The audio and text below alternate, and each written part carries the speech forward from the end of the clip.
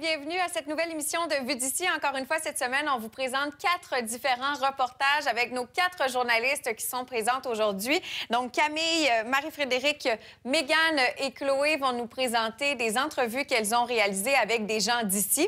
On vous rappelle en ce début d'émission qu'il est possible pour vous de nous envoyer vos suggestions via le info@ccap.tv ou encore via notre Messenger si vous aimeriez réaliser un reportage. Sans plus attendre, on va aller rejoindre Chloé. Chloé, cette semaine, tu rencontres Mégane Fortin qui continue à rayonner dans l'art. On l'a rencontrée à quelques reprises à Vue d'ici. Et cette fois-ci, c'est pour parler d'un nouveau projet qu'elle chapeaute. Oui, effectivement. Puis le terme est bien choisi parce que c'est des tucs que vous avez peut-être vus sur la tête de sportifs de la région cet hiver, très colorés avec des motifs abstraits. Puis je trouvais ça vraiment original. Le but est de démocratiser l'art, justement. Meg, qui a seulement 13 ans, qui est reconnue à l'international. Ses œuvres sont cotées. Elle est vraiment inspirante pour tous les jeunes qui veulent faire de l'art. Et on l'a vu évoluer, évidemment, à Vue d'ici. Je ne sais pas si c'était ta première rencontre avec elle? Oui, pour moi, oui. Puis vraiment, j'ai eu un coup de cœur. Elle est tellement naturelle, facilité à communiquer aussi les émotions qu'elle véhicule dans ses œuvres. Elle a une belle compréhension de ce qu'elle nous offre comme œuvre, je trouve. J'ai bien hâte de voir cette entrevue. Merci beaucoup, Chloé. On se parle tout de suite après le reportage. Je vous laisse voir Meg tout de suite dans cette entrevue qui a été réalisée par la plateforme Zoom, sur la plateforme Zoom. Bonjour, Mégane, ça va bien? Oui, vous? Bien sûr, merci de t'entretenir avec nous aujourd'hui. Pour ceux qui ne te connaissent pas, tu es une artiste peintre de 13 ans seulement. Déjà plusieurs années que tu peins. Raconte-nous un peu ton parcours de jeune artiste. Oui, bien en fait, j'ai toujours été intéressée par toutes les formes d'art, mais mes parents m'inscrivaient à plusieurs cours. Et quand j'avais 7 ans, j'étais en première année, ils m'ont inscrit à un cours d'art abstrait avec Maurice Louis. Et là, j'ai vraiment aimé ça, donc j'ai continué avec lui avec des cours privés. Et jusqu'à 10 ans. Ensuite, j'ai changé de professeur. Là, maintenant, je peins avec Marie-Josée Lépine. Là, c'est sûr que dans la dernière année, j'ai un petit peu moins peint avec elle. Mais j'ai aussi eu la chance d'aller en Californie avec mes toiles. Puis, j'ai fait plusieurs expositions. Beaucoup de choses qui se passent dans ta vie. Et puis, dernièrement, justement, je voyais sur ta page Facebook des belles publications de tucs colorés. Tu as lancé à la fin de l'année 2020 une collection de tucs couvre-visage aussi aux couleurs de tes œuvres. D'où t'es venue cette idée-là? C'est dans une exposition. J'ai rencontré la directrice de la Litar Shop. Elle avait un kiosque là-bas. Ça a été une super belle rencontre. Donc, elle m'a invitée à rejoindre le groupe d'artistes, son groupe d'artistes. Puis, c'est de là qu'on a lancé la collection de tucs. Et parle-nous de tes tucs, justement. J'imagine que tu as eu pas mal à les porter cet hiver. Est-ce qu'elles sont confortables? Quelle est ta tuque préférée? Puis aussi, qu'est-ce que ça te fait quand tu vois des gens les porter? J'imagine que c'est plaisant. Ouais, c'est sûr que c'est le fun. Mais ils sont quand même 4 saisons, les tucs. Fait que c'est des tucs de plein air. Mais ils sont confortables, ils sont légères. Mais moi, ma préférée, je pense, c'est la grise parce que les couleurs, ils ressortent vraiment. C'est des couleurs contrastes. Ça fait un beau contraste. Puis, mais moi, celle que je préfère porter, c'est la orange avec un fond orange parce que c'est ma couleur préférée. Moi, j'ai eu un gros coup de cœur pour la rouge. Et justement, qu'est-ce qui t'inspire autant pour tes tucs que tes œuvres, Mégane? C'est surtout mes émotions et les couleurs. Mais ça arrive aussi parfois que je m'inspire de des paysages en particulier ou de la météo. Mais parfois aussi, c'est comme juste une activité, c'est spontané. Puis je fais ça pour le plaisir, pour me détendre. Donc ça va, c'est comme ça. As-tu été un peu influencée par la dernière année qui a été plus difficile? Est-ce qu'il y a des émotions nouvelles qui sont apparues dans tes œuvres? C'est sûr que le fait de toujours d'être la plupart du temps toute seule, de ne pas voir mes amis et ma famille, je suis un petit peu tannée. Fait que c'est sûr que mes émotions ont un petit peu changé. Moi, je m'en rends pas trop compte dans mes peintures quand je peins, mais sûrement que ça a quand même influencé ma façon de peindre. Puis j'imagine aussi que tu as eu plus de temps dernièrement pendant la pandémie. Sur quoi tu travailles présentement? Est-ce que tu as d'autres projets à venir? Je dirais pas que j'ai eu nécessairement plus de temps parce que vu que je suis rentrée au secondaire, j'ai plus de devoirs, plus de travail d'école, mais j'ai pas moyen de temps non plus à cause de la pandémie. Donc, les projets que je suis en train de faire, c'est que je fais des commandes spéciales pour la Litarcha, donc pour les tucs de l'automne 2021. Aussi, on a eu des demandes de partenariat avec des entreprises québécoises. Donc, quand ça va être officiel, on va les annoncer sur mon site Facebook et ma page Internet. Puis c'est vraiment la place, justement, pour avoir toute l'information. Ton site Internet est super bien construit. Ta page Facebook aussi, vous mettez toujours l'information à jour. Donc, quelle est la page Facebook et ton site Internet, Mégane? Ben oui, je vous invite à suivre ma page Facebook, Meg Jeune Artiste Peintre, et mon site Internet, megartiste.com. Donc, les nouveautés sont toutes annoncées. Et, les trucs sont disponibles aussi. Ouais. Qu'est-ce qu'on peut te souhaiter pour la suite, Mégane? Qu'est-ce que tu souhaites pour le futur dans ta carrière? Ben, je veux voyager avec mes toiles, mais aussi, j'ai hâte qu'on puisse reprendre les expositions parce qu'on a plusieurs qui sont reportées. Donc, j'ai vraiment hâte qu'on puisse aussi rencontrer les gens. C'est sûr. Bien, merci beaucoup de l'entretien, Mégane, puis bon succès pour la suite. On te souhaite beaucoup, beaucoup, beaucoup de succès. Merci, bye-bye. Ça me rappelle de beaux souvenirs. J'avais rencontré Mégane pour la première entrevue qu'elle avait réalisée sur nos ondes, puis elle a vraiment évolué. Chloé, il y a aussi une belle mention qui l'attend pour les prochaines semaines. Elle a été nominée dans un grand gala. Oui, exactement. Meg, qui fait partie des 35 finalistes de la 3e édition du gala Les Étoiles de la Jacques-Cartier. Elle vient tout juste de l'apprendre.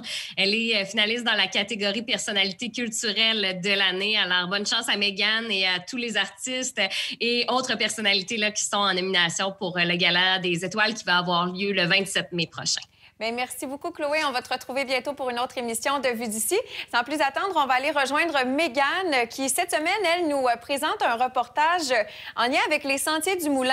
Et Mégane, on peut le dire, avec les différentes annonces des derniers temps, là, ça chôme pas aux Sentiers du Moulin.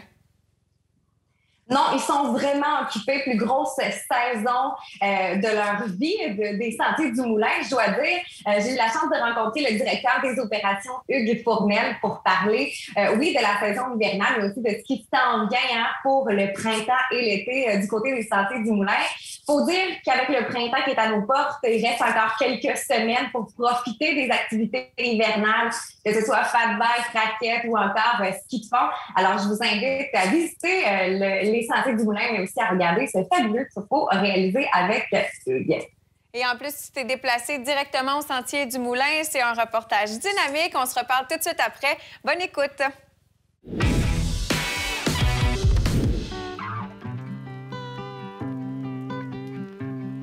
Hugues, merci beaucoup de nous recevoir au Sentier du Moulin ce matin. Salut Mégane. Parlez-nous un peu de l'offre de services de fat bike que vous avez ici. Ouais, en fait, au Sentier du Moulin, on n'a pas juste le fat bike, on a 4 sports hivernaux. Cette année, il y a un peu moins de neige. C'est sûr que ça a été plus compliqué pour certains sports, dont le ski hors-piste, mais le ski de fond est un sport vraiment à la mode. Ça allait être quand le premier ministre dit à tout le monde d'aller sortir dehors, d'aller dans les centres plein air en famille. On a vu un bel engouement cette année. Le ski de fond, le fat bike, la raquette et le ski hors-piste sont les 4 sports hivernaux qu'on a ici. Le fat bike, depuis plusieurs années, c'est un sport qui est en ascension. On voit vraiment la popularité. Puis on travaille beaucoup pour développer le fat bike, mais de l'assurer aussi des sentiers de qualité. On a une équipe vraiment dédiée sur le fat bike. On a de l'équipement dédié pour les sentiers de fat bike, pour l'entretien. Puis ça marche beaucoup. On a un engouement monstre pour ce sport-là. Sur combien de kilomètres est-ce que les gens peuvent se promener ici au Sentier du Moulin? On a 2 secteurs en fat bike. On a le secteur SDM, le secteur Sentier du Moulin, qui est vraiment le secteur très connu depuis très longtemps, qu'on pratique le ski de fond, la raquette, le fat bike, le ski hors-piste. Puis on a le nouveau secteur aussi de fat bike, qui est un secteur de raquette et de fat bike un peu partagé. La montée est partagée, mais les descentes sont séparées pour que ça soit bien sécuritaire. Puis c'est le secteur Maelstrom de l'autre côté de la rue qui vit une popularité monstre, sérieusement. Qu'est-ce qui vous a donné envie de retenter l'expérience une deuxième fois? C'est extraordinaire. Les conditions sont incroyables. La vue est à couper le souffle, on va se le dire. Vraiment, les conditions sont belles, la vue est incroyable. Puis les pistes, tout ce qu'on est allé la dernière fois. Maelstrom. Oui, le Maelstrom, là, qui suit la crête en haut. Là. C'est des descentes, c'est inimaginable. Il n'y a pas aucun autre centre qui a ce genre de descente-là au Québec. Ouais. Qui vous aide dans l'entretien de vos beaux sentiers, que ce soit de raquettes, de ski de fond ou encore de fat bike? Oui, c'est plaisant que tu parles des hommes et des femmes d'entretien. On a beaucoup de bénévoles qui travaillent sincèrement. On a plus de 600 heures présentement qu'on a travaillé pour le fat bike, spécifiquement pour les pistes de fat bike. Le soir de la semaine et les soirs de fin de semaine, on a des équipes complètes bénévoles. On a les motoneiges, on a des groupes Facebook et on se prépare quelques jours d'avance pour pouvoir tracer les pistes. Et le jour, bien, il faut les remercier aussi. Ils travaillent excessivement fort, c'est nos employés. On a eu Oliver et Antoine à temps plein, 7 jours sur 7. Ils sont toujours on call par rapport à la météo qui va arriver dans les prochains jours pour les conditions, s'il neige, s'il fait froid. Il faut aussi les remercier parce que c'est un travail. C'est pas facile de travailler dans le bois avec de l'équipement lourd. Puis ils le font avec panache. Qu'est-ce qui différencie l'offre des Sentiers du Moulin, par exemple, des autres centres en votre genre? On essaie d'avoir une image... on essaie d'aller chercher un ADN très spécifique au Sentier du Moulin. Un ADN un peu plus niché dans l'intermédiaire expert, surtout en fat bike, un peu moins en ski de fond. En ski de fond, on a une offre beaucoup plus familiale, en raquette aussi. Qu'est-ce qui vous donne envie de venir ici plutôt qu'ailleurs? Disons que c'est proche de la ville. Les sentiers sont très bien tracés. La neige est belle et en quantité. Et puis, quand le soleil est au rendez-vous, c'est parfait. Donc, au niveau des sentiers, est-ce qu'il y en a pour absolument tous les goûts? Il y en a pour tous les goûts, mais comme je vous dis, on a quand même une certaine niche qui est un peu plus intermédiaire, expert, mais on a plusieurs kilomètres aussi, dont la Louis. Si vous venez, vous voulez essayer la Louis, c'est 1 kilomètre qui est sur le plat, vraiment près de l'accueil. Après ça, on a la deuxième débutante, si on peut dire, c'est notre sentier qui est très connu, c'est la RAF. Puis la RAF, c'est pour tous les genres. On aime vraiment le site. Même avec les enfants, c'est pas trop difficile. Il y a beaucoup de niveaux différents. Donc, c'est vraiment là, ouvert pour toute la famille. Fait que pour ça, c'est vraiment agréable de venir au Sentier du Moulin.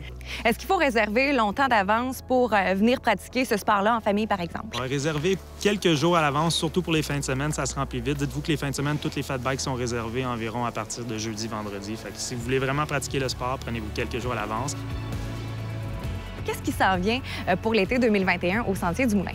Belle saison d'été qu'on vous prépare présentement. La saison estivale, pour nous, c'est immense. C'est le vélo de montagne. C'est très, très, très axé sur les belles pistes, des pistes qui sont travaillées mécaniquement, des pistes qui sont travaillées par des bénévoles. Mais on a une grosse équipe d'entretien, une grosse équipe de développement parce qu'on vous garde encore, je vous dis pas tout, mais il y a encore quelques surprises qui vont sortir cette année. Puis on est présentement en pré-vente jusqu'à la fin du mois de mars. Donc, profitez du rabais de prévente pour acheter votre passe de saison. Donc, évidemment, Hugues, on invite les gens à continuer de venir profiter du SDM pour la saison hivernale et surtout se procurer leur passe parce qu'on sait que cet été, le vélo va être hyper populaire et on souhaite une belle fin de saison à toute l'équipe du SDM. Merci, Mégane, d'être venue. Salut tout le monde!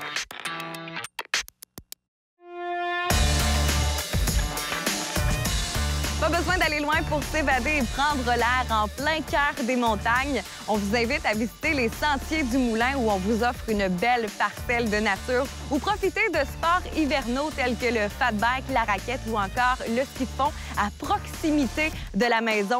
D'ailleurs, si vous avez envie de réserver votre escapade, rendez-vous sur le sentierdumoulin.com ou encore sur leur page Facebook pour de plus amples détails sur la saison hivernale et surtout sur ce qui s'en vient cet été au Sentier du Moulin. Ça donne vraiment l'envie de bouger et d'aller à l'extérieur. Mégane, tu voulais terminer en nous parlant aussi de la saison de vélo de montagne? Oui, bien en fait, encore une fois, cette année, ce sera une grosse saison. Il faut dire qu'il faut s'y prendre longtemps d'avance. Donc, si vous avez envie de pratiquer ce sport cet été, je vous invite à acheter votre passe de saison directement sur leur site Internet. D'ailleurs, ils ont un super parcours si vous êtes des amateurs de vélo de montagne. C'est vraiment la place à être cet été. Bien, merci beaucoup. À très bientôt. Maintenant, allons rejoindre Marie-Frédérique qui a rencontré des femmes qui se sont unies pour former le groupe Les Savoureuses. Pourquoi Savoureuses, Fredo? Bon, en fait, c'est vraiment un nom qu'ils se sont donné, mais est-ce qu'il y a vraiment une grande raison derrière ça? Je crois pas. Je pense que leur première mission, c'était vraiment d'effectuer cette randonnée nomade-là, qui est vraiment digne des plus grandes aventurières. Leur objectif, c'était clairement de se dépasser parce qu'on s'entend que c'est pas tout le monde qui est capable de faire ça.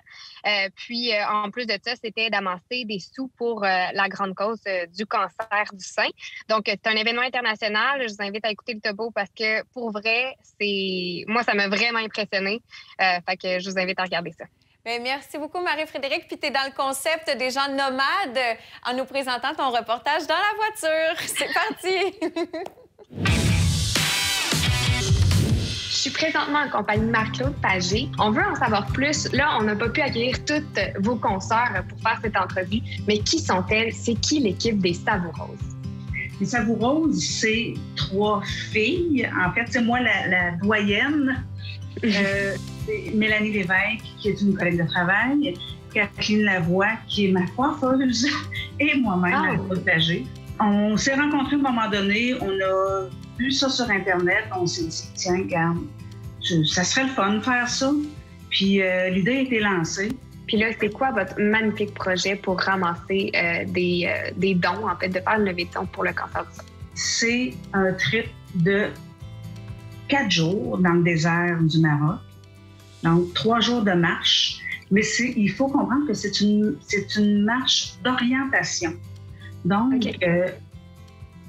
on part avec une carte, une boussole. Il faut faire notre chemin nous-mêmes. Notre trajet, c'est nous qui devons le faire. Donc, il faut faire un trajet en reliant il y a des points d'arrêt, il y a des balises, en moins de kilomètres possible. Il y a des niveaux, il y a 3 niveaux, le Open, Open Plus et puis les experts. Nous autres, on s'est donné un petit challenge, on s'est mis dans le Open Plus. C'est des marches entre 18 et 25 km par jour. Et la dernière journée, qui est la journée solidaire, c'est la journée où on va gravir la plus haute dune du désert de Merzouga. Ils font une chaîne humaine, c'est merveilleux. Quand on voit les vidéos, on a vraiment envie d'y être avec eux autres. C'est beaucoup de kilomètres par jour. Hein? En moyenne, on a de la misère à faire 10 000 pas. Là, on s'entend qu'avec 24 kilomètres, c'est énorme. C'est quoi votre motivation à vous 3 pour réaliser justement ce défi-là? Bien, déjà, on est des bonnes marcheuses. Déjà au départ. Notre motivation, c'est aussi un défi personnel. Autant que c'est un trip qui est solidaire, parce qu'il peut avoir jusqu'à 300 équipes de 3 femmes. OK. Donc, c'est vraiment solidaire. C'est seulement des femmes. Il y en a beaucoup qui ont eu le cancer. Il y en a qui c'est en souvenir, en l'honneur de quelqu'un qui a combattu ou qui combat encore le cancer. Mais en même temps, c'est un dépassement de soi. Comment ça fonctionne, en fait? Vous avez besoin de sous, oui, pour vos matériels, probablement, pour les frais fixes de cette expédition-là. Mais maintenant, est-ce qu'il y a des sous aussi en plus qui vont à des organismes ou comment ça fonctionne pour la répartition des frais?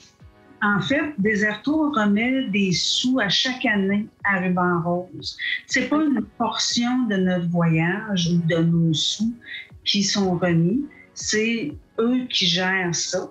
Malgré que nous, on peut décider de remettre les sous à qui on veut. Donc, ça coûte 4 000 $ par personne pour l'ensemble du voyage. Donc, avec le billet d'avion, les assurances, tout. Puis, on s'est dit, nous, tout ce qui va dépasser, ça va être remis à la recherche sur le cancer du sein. Et comment ça fonctionne au niveau des dons? Là? Parce qu'en fait, on a un GoFundMe qui est des Savoureuses. On a des sous qu'on ramasse là-dessus. Puis les gens embarquent beaucoup, les gens participent vraiment beaucoup. À coup de, tu sais, ça peut être 5 $, ça peut être 10, ça peut être 500. C'est sûr qu'on aimerait ça avoir des partenaires pour le matériel. Les chaussures, par contre, on les a. Il y a une compagnie qui nous les a offertes. Je peux la nommer. C'est Pouliot Orthopédique. C'est quoi les dates à surveiller pour pouvoir aller vous suivre sur votre page Facebook aussi, pour ne pas manquer le grand départ, bien sûr. Savoir maintenant, vous êtes à combien aussi au niveau de l'argent amassé pour qu'on puisse venir contribuer avec vous? Bien, les dates, c'est du 28 octobre au 3 novembre. Le montant qui reste à amasser, bien, on s'est mis un budget de 12 000, bien entendu, et on a environ 6 000 de ramasser. Donc, les gens ont été vraiment, vraiment généreux. Ils ont bien participé. Ils sont intéressés aussi. Donc, c'est vraiment, vraiment le fun. Marc-Claude, merci d'avoir été avec nous pour cette belle entrevue. Donc, on invite les gens à aller contribuer dans ce beau projet-là. On invite aussi les gens à aller vous suivre parce que vous êtes très actifs sur votre page Facebook Les Saboureuses. Puis sinon, on vous souhaite une très bonne chance pour cette belle aventure-là. Hey, merci infiniment, puis merci beaucoup pour l'opportunité. Et Marie-Frédérique, de quelle façon on peut contribuer à cette belle mission, ce beau projet, ce défi de taille? En fait, c'est sûr que j'ai invité les gens, bien sûr, à aller les suivre sur leur page Facebook, mais je pense qu'il y a d'autres moyens aussi de les aider, dans le sens que, tel qu'ils l'ont mentionné, ils cherchent des partenaires qui peuvent venir les aider, venir un peu les sponsoriser. On s'entend que c'est une super de belle visibilité, de dire qu'on encourage quelqu'un du lac Beauport, en fait, pour réaliser un défi on s'entend, qui est un grand défi de dépassement de soi. Puis, des gens qui réalisent ce genre de défi-là qui est inspirant, je pense que ça ajoute quelque chose un peu à une communauté. Ça ramène un peu les gens vers l'essentiel qui est justement de faire des défis comme ça avec des causes philanthropiques derrière. Je trouve ça, moi, vraiment inspirant. Fait que c'est sûr que j'invite les gens qui ont des entreprises ou les gens, sinon, qui ont des idées. Tu sais, des fois, juste de penser à un certificat cadeau qu'ils peuvent revendre un petit peu plus cher que la valeur du certificat cadeau pour pouvoir justement attirer des gens. Je pense que c'est intéressant. Fait que j'invite les gens à trouver des idées ingénieuses pour pouvoir participer à leur projet parce que honnêtement, c'est 3 femmes super fortes qui font quelque chose qui est inspirant. Merci beaucoup, Fredo. Puis on va te souhaiter prudence sur la route. Oui, je suis en arrêt. On s'inquiète pas, je suis pas nomade. Non, on se retrouve. On te laisse prendre la route maintenant. Là. Attache-toi. OK, c'est le moment d'aller voir Camille pour parler d'un reportage cette semaine concernant la station touristique Stoneham. Le printemps est arrivé. On va pouvoir profiter du beau temps. Puis c'est un bon moment, puis une belle occasion avec ce qu'ils ont instauré de le faire, Camille.